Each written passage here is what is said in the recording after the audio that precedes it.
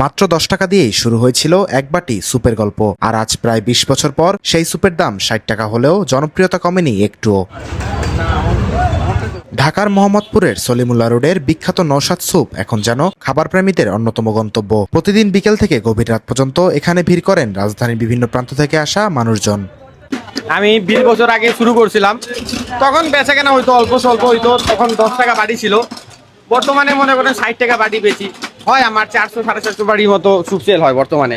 অনেক দূর থেকে আসে, ঢাকা শহরের অনেক, মনে করেন বলতে গেলে সব জায়গা থেকেই আমার কিছু না কিছু কাস্টমার আসে প্রতিদিন। স্যুপে বেশি কিছু না, একদম নর্মাল মুরগি, ডিম, cornflour, chicken stock powder, soya sauce, তারপর গোলমরিচ, এইগুলোই, আর বেশি না। দীর্ঘ 2 দশক ধরে একই নিষ্ঠায় ব্যবসা করে আসছেন নওশাদ। বর্তমানে প্রতিদিন তিনি বিক্রি করেন 400 থেকে 500 প্লেট স্যুপ। RICL TMX, যুগের পর যুগ স্থাপনা থাকে মজবুত।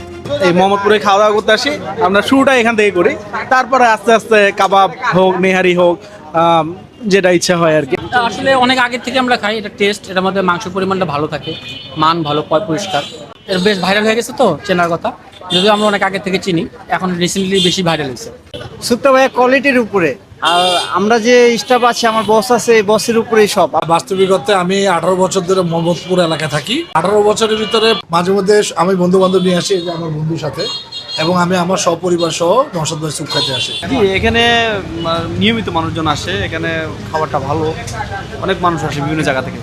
প্রতিদিন বিকেল করাতেই দোকানের সামনে শুরু হয় ভিড়। শুধু মোহাম্মদপুর নয়, ঢাকার বিভিন্ন এলাকা থেকে মানুষ আসেন এই স্যুপের স্বাদ নিতে। কেউ বন্ধুদের নিয়ে, কেউ আবার পরিবারের সদস্যদের সঙ্গে। অনেকের কাছেই এটি যেন দীর্ঘদিনের একটি পছন্দের খাবার। ক্রেতাদের দাবি, স্বাদ, মান এবং দীর্ঘদিনের আস্থাই এই স্যুপকে করেছে মোহাম্মদপুরের অন্যতম জনপ্রিয় স্ট্রিট ফুড।